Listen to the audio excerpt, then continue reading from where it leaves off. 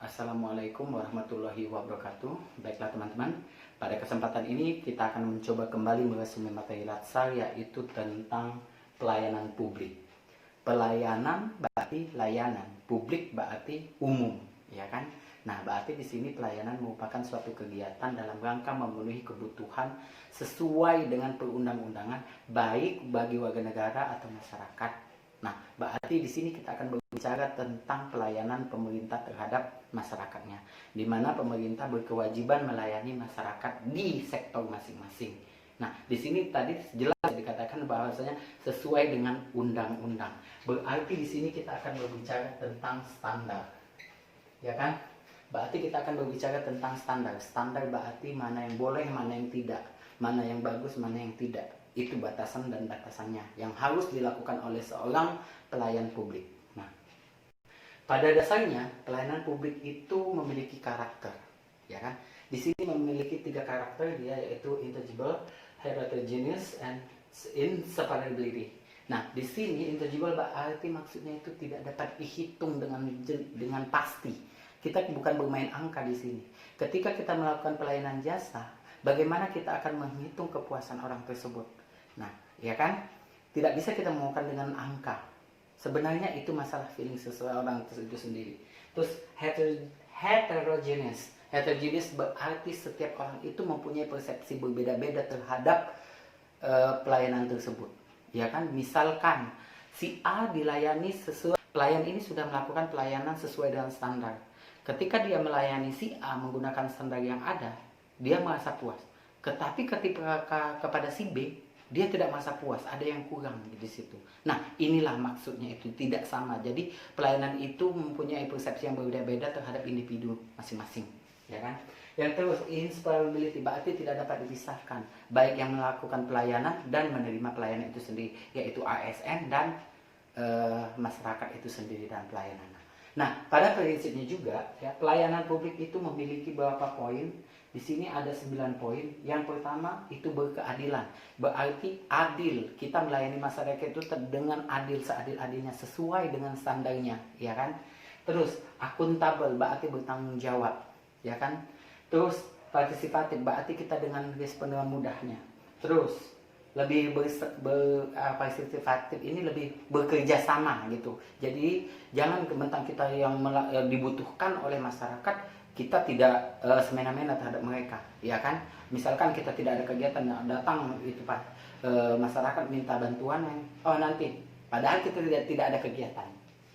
Transparan. Nah, transparan di sini jelas. Ketika misalkan masyarakat membutuhkan bantuan, ya kan, syarat-syaratnya itu harus jelas, ini apa yang dibutuhkan, apa yang tidak dibutuhkan, ya kan. Selanjutnya accessible, berarti mudah diakses oleh masyarakat, ya, jangan dipersulit masyarakatnya. Terus responsif. Nah, di sini kalau kita tidak responsif berarti kita tidak bisa menjalankan pelayanan itu sendiri. Salah satu contoh, sama lah, Mbak saya mau tanya, oh ya nanti, misalkan seperti itu. Alangkah baiknya walaupun kita sibuk, ya Bu sebentar ada apa, begitu, ya kan. Selanjutnya efektif dan efisien. Maksud daripada efisien ini, misalkan kegiatan pelayanan itu seharusnya 1 jam misalkan, kalau bisa sih ya kurang dari situ gitu. Efisien, jadi lebih hemat, lebih praktikal. Jadi dengan ini tadi, kalau misalkan dipermudah, udah lebih enak. Dan efektif. Nah, pasti efektif. Maksud efektif itu terjadi transaksi atau diskusi dan pelayanan yang baik antara kita pemberi layanan dan yang menerima pelayanan, yaitu masyarakat. Terus mudah dan murah. Nah, mudah dan murah. Murah di sini jangan serta-merta kita selalu mengaitkan dengan uang, ya. Itu maksudnya mudah, misalkan gini, biasanya orang itu harus ngantri, datang di situ panjang gitu kan. Nah, alangkah baiknya kita permudah. Permudah di sini tanpa, bukannya kita tidak mengindahkan aturan, tetap kita mengindahkan aturan. Misalkan kita pakaikan platform atau pakai nomor antrian biar enak, dan siapkan tempatnya gitu kan. Dan juga kalau misalkan kita pakai yang digital, ya, misalkan masyarakat itu mendaftar lewat online, itu kan mudah dan murah dan paperless otomatis, ya. Selanjutnya tidak diskriminatif. Ini kita kembali ke poin pertama, yaitu berkeadilan. Jadi tidak membeda-bedakan. Misalkan, oh dia nih kalau keluarga saya, padahal dia nomor antrian 10, oh saya dahulukan. No, bukan itu, ya. Jadi tetap kita harus adil. Terus lagi, oh dia non muslim, oh dia ini muslim. No, tidak ada yang begitu. Dia ini kulit hitam, kulit putih. No, no. Semua sama di mata hukum, ya. Di mata pelayanan itu semua sama. Siapa yang duluan itu yang dulu didahulukan untuk dilayani. Nah, selanjutnya juga tentunya dalam melakukan pelayanan itu sendiri teman-teman ya, tidak serta-merta semuanya mulus pasti. Ya, pasti ada saja hambatan-hambatannya. Apalagi di kita, ya, tanda kutip pelayan publik sebagai ASN. Kadang-kala orang itu mengeluhkan loh ya, mengeluhkan bahasa lambat, slow respon, jutek dan lain sebagainya. Kenapa? Ini mungkin karena ya instansi pemerintah biasanya salah satunya misalkan tanpa memojokkan ya, salah satunya misalkan Capil kan satu-satunya di provinsi. Mau tidak mau masyarakat itu cuma mengurus di situ. Jadi mereka mau tidak mau. Nah, kita sebagai ASN tentunya bertanggung jawab. Apalagi kita sebagai pelayan masyarakat dan juga perpanjangan tangan dari pemerintah. Kita adalah role model pemerintah. Perlakuan kita, sikap kita saat melakukan pelayanan itu mendefinisikan pemerintahan kita. Ketika kita melakukan dengan akuntabilitas yang bertanggung jawab dengan sebagaimana mestinya, otomatis masyarakat akan memandang, oh pemerintah memang memperhatikan kami. Karena kita adalah bagian dari pemerintahan, ya kan?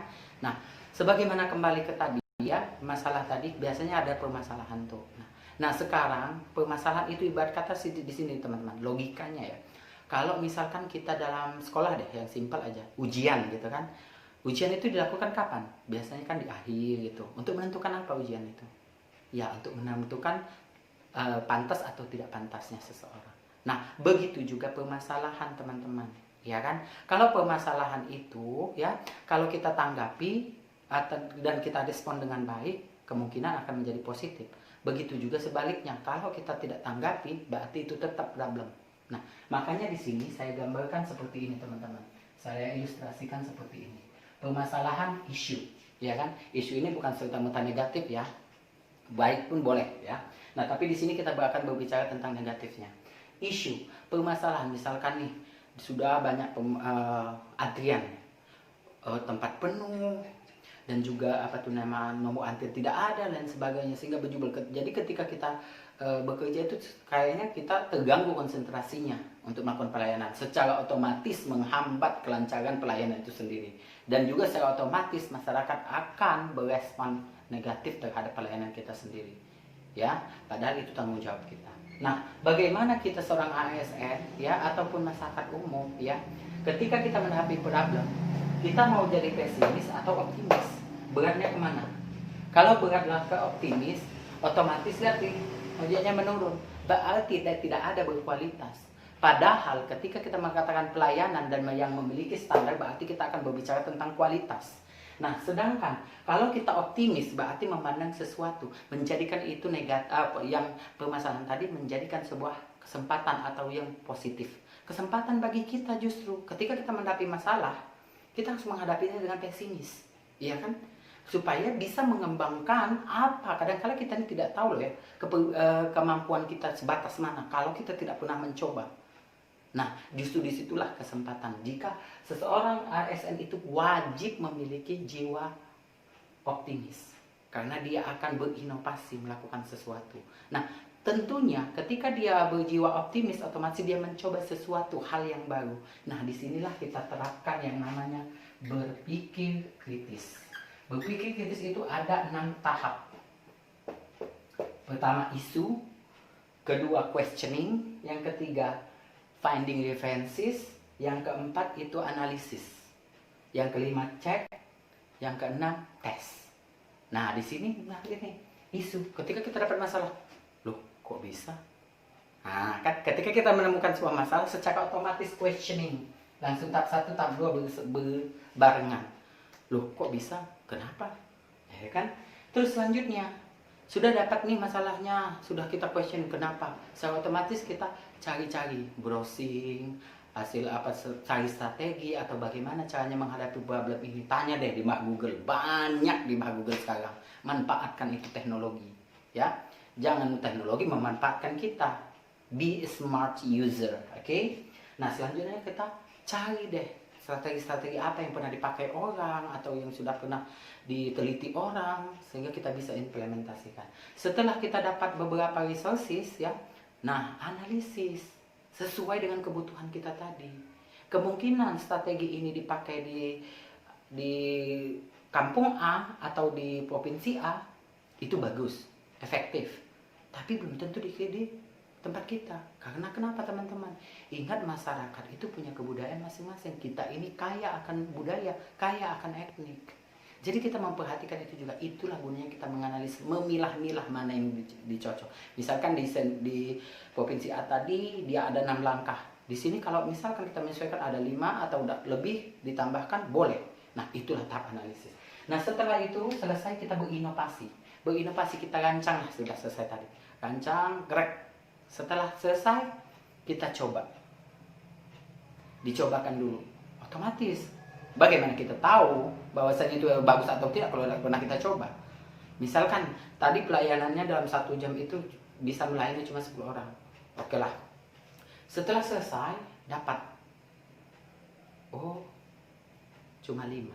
Nah, apa nih masalahnya lagi? Nah, disitulah kita harus menspesifikkan permasalahannya juga, otomatis teman-teman ya. Ketika kita dapat masalah satu, selain kritis tadi ya, supaya lebih efektif tadi, kita ketemu masalah. Misalkan tingkat pelayanan rendah. Nah, ini kalau bisa kenapanya ini banyak tahapannya. Kenapa A, kenapa B, kenapa C, akhirnya ke spesifik sekali. Nah, di antara semua itu, mana yang paling berkontribusi besar terhadap permasalahan itu? Itulah yang kita ambil dulu. Mana yang terbesar permasalahan, ya, yang berkontribusi besar. Sehingga kita akan mudah. Baru kita lanjutkan dengan ini tadi. Jadi, apa yang saya dapatkan di sini, intinya itu memiliki jiwa kompetisi dan optimis. Kalau kita memiliki jiwa kompetisi, otomatis kita ingin lebih baik dan lebih baik. Ya kan, the agents of change otomatis ya. Jadi kedepannya seandainya juga kalau misalkan saya menemukan sebuah permasalahan di dalam pelaksanaan pembelajaran di kelas saya ataupun di lingkungan jurusan saya akan memilah, menganalisis lebih detail, spesifik mana yang paling besar berkontribusi, itu yang saya dahulukan. Setelah itu baru selanjutnya dan selanjutnya. Sehingga permasalahan itu tadi bukan menjadi halangan, merupakan menjadi kesempatan lebih meningkatkan kemampuan saya dalam memilah, mengolah, dan membuat serta menciptakan pelayanan publik yang baik, sehingga pelayanan itu berjalan dengan baik dan masyarakat merasa dipuaskan dengan kebutuhan yang mereka inginkan. Terima kasih. Assalamualaikum warahmatullahi wabarakatuh.